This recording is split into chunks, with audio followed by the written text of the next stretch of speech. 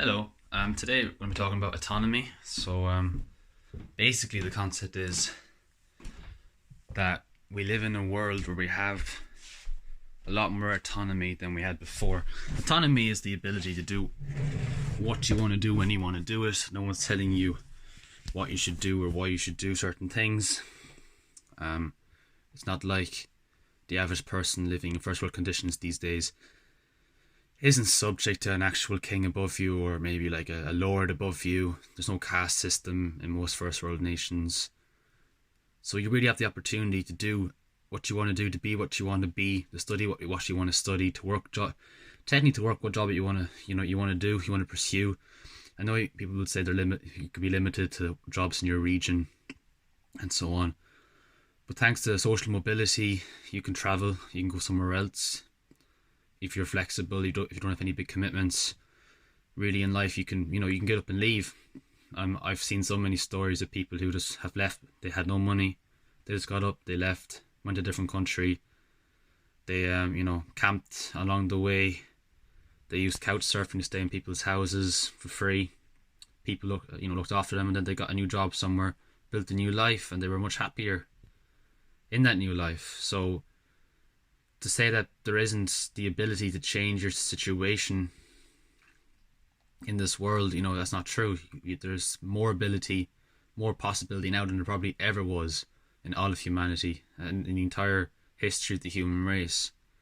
Especially now with online incomes and stuff, people can really make money anywhere in the world. They can really make money a lot easier and through a lot more different channels than before.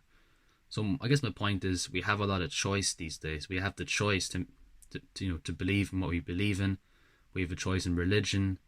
We have, or not to believe in religion. We have a choice in what food we eat and what cars we drive if you own a car. There's so much choice, and I can see why people would find it easy to make the wrong choices in a lot of these aspects. Especially when it comes, an easy one is food. So we have so much food that we can choose from. A lot of really nutritious food, a lot more food than people would have had 100 years ago even. The staple diet probably was bread, milk, that sort of thing. Maybe a few vegetables, seasonal, they wouldn't have been there all year round. Whereas today I can walk into a supermarket down the road and buy any kind of food, healthy or unhealthy. And that right there is a really good example of autonomy. So we have the choice to eat the unhealthy food or the healthy food, and then suffer or reap the benefits or consequences, vice versa. So no one is going to tell me what food to eat. I can decide for myself whether I'm going to eat the healthy food, which is going to give me power, long-term energy, or the unhealthy food will give me, definitely a big spike in dopamine, probably, and a short-term energy boost. So if I drink a fizzy drink, a soda drink, loads of sugar content, it might taste great, even though at this point I don't even like the taste of that stuff anymore, knowing how bad it is for you long-term. But you might like the taste of it, and you might get a bit of a kick out of it. I probably would still like it too, short-term. But, then you have the energy burst, and then you're feeling almost empty afterwards. It's like a fake energy. It's like a low quality product in terms of energy that it gives to the body. Or you could eat the healthy food, which, again, as I said, gives you long-term energy. You'll have energy for the rest of the day, and you won't have any of the negative consequences like excess fat, damaged liver, organs, damaged teeth, etc, etc, etc. So no one's telling you to do that, to do one or the other. That's completely your choice. So I know when people say we don't have, some people like to say that we don't have choice in these things, but I believe that we obviously do. It's up to you what you eat at the end of the day, especially once you're an adult. Once you're an adult and you're making your own money, living by yourself, there's literally no one telling you what to do. It's completely your own choice. I get maybe as a kid that your parents might bring you a certain kind of food, but even then, if you're willing to eat the healthy food, I'm sure your parents aren't going to say no to that, because it'll be cheaper, it'll be better for you, and everybody knows in the back of their head that it's the right thing to do. So why don't people do it? Why is 70% of America overweight? Why is that becoming a bigger trend in Europe as well, and any first world nation? I like to think it's a lack of education and understanding, but we all know it, so it's a bit weird, you know. So maybe it's more a lack of people seeing other people adhere to standards that they think are achievable. You know, if there was literally a person in your life who every time you wanted to fold, you could say go for the bad food, and they said, you know, just they reminded you why you shouldn't do it and the benefits of doing the right thing. In that case, a lot of people would probably be a lot healthier. But because we have often weak mindsets, or you know, we make up excuses for why we should eat the wrong kind of food. It could be that you had a bad day or whatever it is. You know, these things build up, and obviously that's why the population is where it's at. It's a big question, but at the end of the day, I think we do have the choice ourselves to do the right thing. We do have that autonomy. We really are free to decide for ourselves. I'm going to make probably another video on this in the future with some more examples, but I hope you kind of get the idea. It really is up to us how we behave and why we behave, and that really no one is really telling you what to do for a lot of things. Now, I know your boss might be at work telling you what to do job-wise, or your parents can be telling you what to do when you're under 18, but once you're over 18 or you're living by yourself, really you have the opportunity to live a really good life. You know, it's not like you're in the army and you're being told to do specific things and you don't have a choice. You do have a choice. It is there. Many people are have the eyes open and are able to do the right thing, and it's just to kind of understand that and say, oh yeah, look at that, that's a good, you know, role model, that's a good standard to attain, to achieve. The person who is healthier is going to be happier long term. They're going to have a longer, better life. They're going to suffer from a lot less health issues. In old age, they're going to be a lot more robust.